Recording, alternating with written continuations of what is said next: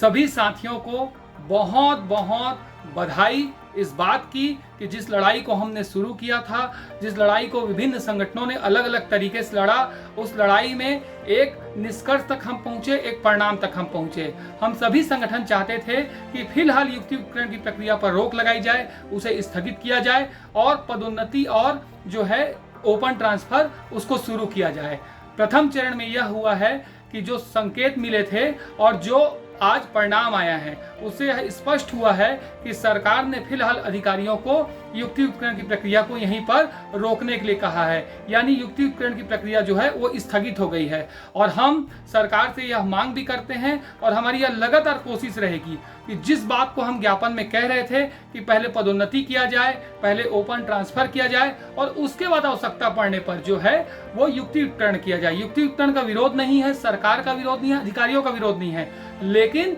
युक्तियुक्तकरण जो है वो अंतिम विकल्प होना चाहिए। सबसे पहले आप पदोन्नति और ओपन ट्रांसफर कीजिए, उसके बाद यदि एकल शिक्षकी और शिक्षक विहीन स्कूल नहीं भरते हैं तो जो 2008 का सेटअप है वो और उसमें और ज्यादा आप इंप्लीमेंट करके ताकि अधिक मात्रा में शिक्षक मिल सकें। जो पुराना भी सेटअप है वो कमजोर सेटअप है, उसमें भी परिवर्तन करते हुए, पद बढ़ाते हुए आप स्कूलों में पर्याप्त मात्रा में शिक्षक दीजिए, उनको गैर शैक्षणिक कार्यों से मुक्ति दीजिए और आप देखेंगे कि बढ़िया रिजल्ट आपको मिलेगा। लेकिन आधे अधूरा व्यवस्था के साथ और उसको और छिन्न भिन्न करने की कोशिश के साथ आप आगे बढ़ेंगे तो आप सफल नहीं हो सकते। शिक्षक होने के नाते हमारी पूरी जिम्मेदारी है कि हम शिक्षा व्यवस्था को आगे बढ़ाएं, लेकिन साथ ही साथ अधिकारियों को भी और सरकार को भी इस बात को समझना होगा कि कुछ परेशानियां जो हैं धरातल पर होती है, जिसे शिक्षक संगठन अलग अलग माध्यम से अवगत कराते हैं। उनकी बात सुनी जानी चाहिए और उनकी बात सुनकर उस पर इंप्लीमेंट करना चाहिए। मैं मीडिया जगत के तमाम साथियों को बहुत बहुत धन्यवाद अदा करता हूं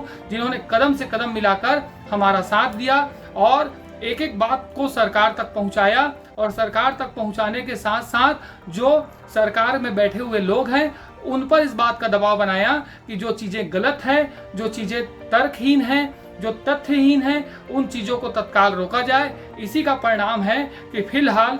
जो है युक्तियुक्तकरण को स्थगित कर दिया गया है। मुझे पूरी उम्मीद है कि आने वाले समय में अगर इसकी जरूरत पड़ी तो सही तरीके से युक्तियुक्तकरण किया जाएगा और हमारी बार बार मांग है सरकार से कि पहले पदोन्नति कर दिया जाए, पहले ओपन ट्रांसफर कर दिया जाए और उन जगहों को भरा जाए जहां पर एकल शिक्षकी और शिक्षक विहीन की स्थिति है। आप सबने साथ दिया, आप सबने सहयोग किया, उसके लिए आप सबको बहुत बहुत धन्यवाद।